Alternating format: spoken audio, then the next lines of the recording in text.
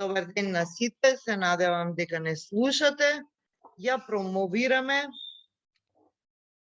оваа книга Љубовни аматери на Александар Прокопиев и со тоа ја завршуваме денешната конференција. Во сета, да речам, возбуда на денот и во како да речам, стапицата на ситуацијата што Александар Прокопиев пака секидневно на убав начин ја преведува, јас сум малку и возбудена и не најмногу снајдена во ситуацијата и поради тоа не сум способна да говорам, затоа што прозата на Александар Прокопиев, што е овде публикувана, е еден суптилен наратив кој заслужува за него да се проговори по-софистицирано и тоа ќе го направам прочитувајќи делови од од моето рецензентско писмо по однос на дел од неговата проза што е овде броена. И сега дајте ми миг, се обидов нешто да скратам.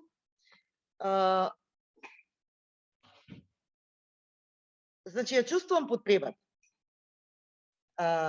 читателот на овие редови да го вовлечам во сопственото читателско искусување на прозната книга на Александар Прокопиев, Арс Аматорија. Прв пат ја читав есента пред многу години, со уживање, наполно препуштајќи му се на децентрираниот тек на нарацијата, да ме води низ фрагментите на раскажаната љубовност, не толку како опит на нараторот, туку како негово онтолошко втемелување во светот, во кој општењето е размена на речта и допирот. Љубовност, реч и допир.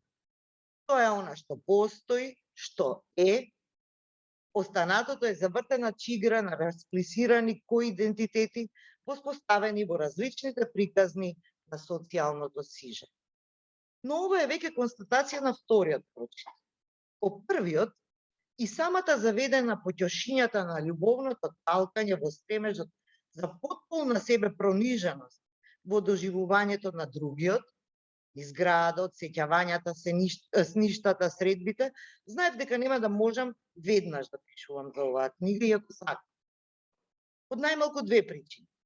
Ми годеше препуштеноста на сетилноста на асоциациите, која безболно ги вланчува триаголниците на нашето телесно и љубовно постоење, отскривајќи ја нивната, нашата многообразност, телесна и љубовна.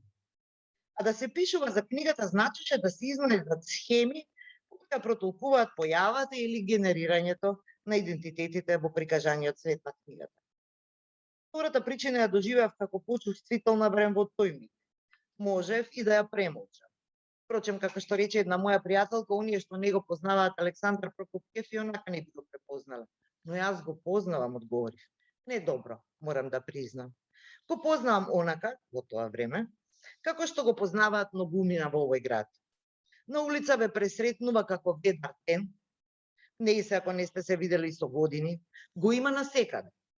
По кафулињата, по весниците на телевизија, половина град од оние што читаат од него позајмува книги, секогаш му се врткаат барем неколку нови идеи и проекти во главата, се разбира, заинтересираните се секогаш добродојдени, ги пресретнува наменниците кои престојуваат во градот, неуморно воведувајќи ги во неговиот социјален простор. Боже, се заморували тој некогаш стократно разделен кој Исусова погача, имали потреба од домашно сврталиште, од починка дома меѓу своите. Вака како сите да се негови. Паметам дека еднаш кога се уште предавав во гимназијата Корчаги, на своите ученици им го опишав накратко тој еден Питер Пан во македонската литература и книжевниот живот во градот воопшто. Тој не знаев дали тој воопшто знае дека некој го опишува по Петар Пан, не знаев ниту дали би забележал такво нешто. Паметам и тоа дека многу одамна, пред 15 на години, поради неговото значи сега 35-40, поради неговото презиме мислев дека има некакво руско потекло. Попрво не знам дали токму поради името или поради тоа што беше поинаков во својата отвореност према светот, онаква каква им е својствено единствено на младите по дух, оние кои се уште се бараат и кои одбиваат да и се покорат на граѓанската одговорност пред социјално утврдениот идентитет на ака или онака определен во својата улога возрастен човек.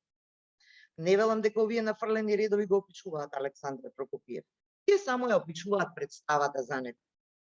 А оно што во првиот прочит на Арса Матурија ме изненади, кој што во оваа книга го има првиот расказ, од триптихот, а го сака Чехов, море книга, истовремено е автобиографскиот момент вграден во екзистенцијално и ангажирано ситуираниот раскажувач, кој трикратно навраќајќи се во трите раскази, всушност испишува единствена книга за изборот на маските на Бетмен, Петар Пан и Пајо Паторот, распостилајќи го социјалното мени на женско-машките улоги, девица, љубопитливка, мудра жена и момчак, играч, магесник, всушност ја разоткрива територијата на телесноста како тера инкогнита. Љубовноста е пак чин на нејзино доживување и откривање низ другиот. Не се изигруваат маските на Бетмен, Петар Пан и Пајо Паторот. Тие се посочуваат како алтернатива во стремежот да се изигра си жејната принуда на психоаналитичката приказна мама, тато и тинче, синче. Како парадигматична приказна која воведува семиотички ред во поимањето на нашите социјални идентитети, се јава приказната на психоанализата. Откривањето на впишаноста на телесноста на родителот и родителката во интимното доживување на сопственото телодејание е неверојатно духовито апострофирана, се разбира испичувајќи ја неговата поетична варијанта. Цитирам од книгата. Да неминливоста на нокширчето. Присвоен од нана ми и двете тетки, бев убеден дека немам шанси да порасна. Бев нивното тинче синче. Нивното пингвинче во бели кулахопки, несвесно дека за неговото постоење во големата мека детска соба со джиновски топли жени, некогаш биле потребни и родители. Нана ми држаше куси утрински лекции додека клечев на ночет. Живата природа ја сочинуваат луѓето, растенијата и животните. Живата природа се раѓа, се храни, расте, старее и умира и остава наследство. Живите суштества се тесно поврзани меѓу себе и не можат да живеат едни без други. Во исто време се трудев да го истиснам конденцето и да ја согледам својата позиција на жива природа што не расте.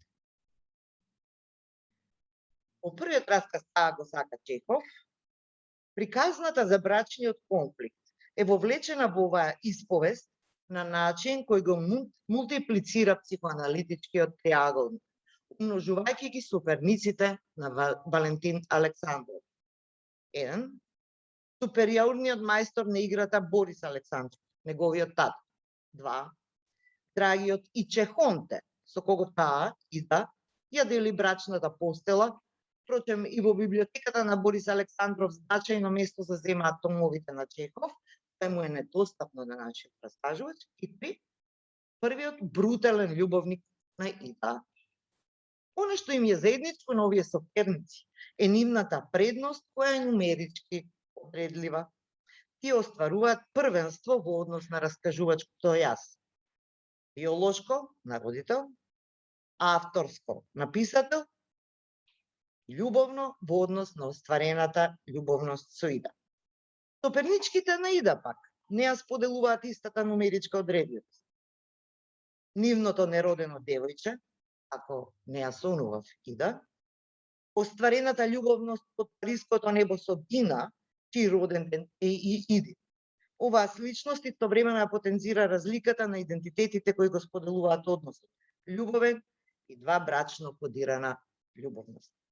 Соперничките на Ида се раѓаат после брачната кодификација на заемната љубовност, а на Ида соперничка станува и 3 самата Ида од никогаш. Во кој однос стојат приказната за ќопсокакот на брачната љубовност застрелана во обидот за остварување на нејзината зададеност и оправданост во рожбата како залог за телесното опстојување на брачните љубовници во времето и приказната за таткото мајсторот на играта како идентификацијски пример и воедно неприкосновен заштитник на синот во неговата младежка бунтовност, во конечното утврдување контра трпението на авторитет. Тоа ќе ви остане да одговорите на тоа прашање, читајте книга. Ви благодарам. Давам збор на авторот да каже можеби збор два, можеби за другиот дел од четивото. Еве, од сите страни оваци. Големи пари, да.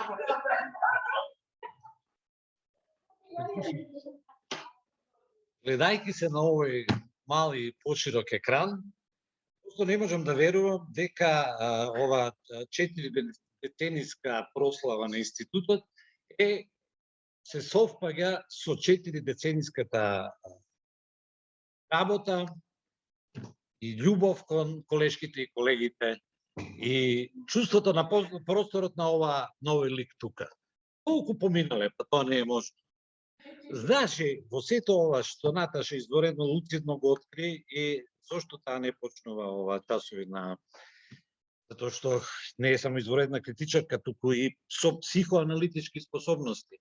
И лесно би легнал, фала Богу, на психоаналитички кревет и таа да ме прочита онака како што умее.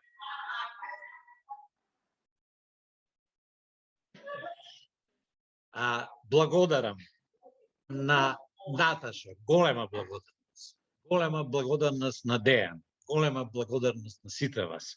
Ако во ова прилично комплексирана и малку фрустрирана личност, што се обидувам нескриено да ја опишам, затоа што си наоѓам инспирација за неа и во својот живот, најдам една нишка која ми е многу драга во сето моје живење, тоа е човечност. И човечноста како доблест, нешто што секогаш ме врзува за живењето и ми дава постојано радување на секој миг. Понекогаш и претерано, понекогаш и пренагласено, но тоа е карактерот. Значи, животот со целата своја возбуда и човечност, а можам да кажам дека голем дел од моите човечни потреби беше многу задоволен со работата во институтот. Ова не го велам као збогум, затоа што овој човек тешко ќе каже збогум, освен во еден миг што сите ни е пишан. И ви се заблагодарувам, драги мои, што дојдовте овде, ве сакам, фала ви и понекогаш и читајте ме. Јас ќе те замолам да го прочиташ мотото на книгата.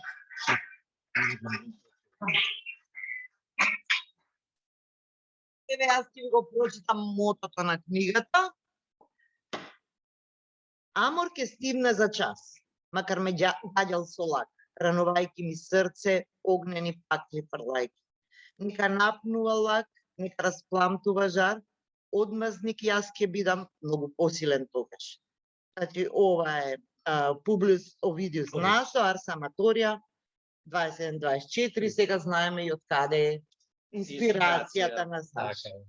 Повелете, читајте книгата, овде кој би превел? мислам Елена Колева. Тоа е многу важно. Значи, кога одиме во Драг Буцов, во семејната галерија на ликови, кои влијаеле многу во мојот живот, исто судбината е најмокна, ми подарила, и од на друга страна ме погаѓала, ама во ова светлата страна ми подарила прекрасни. Меѓу кои Елена, односно тета Елена, иако и она прекрасно изгледа за своји години, е еден од тие ликови. Така. Oh, yeah. Дај, фрага.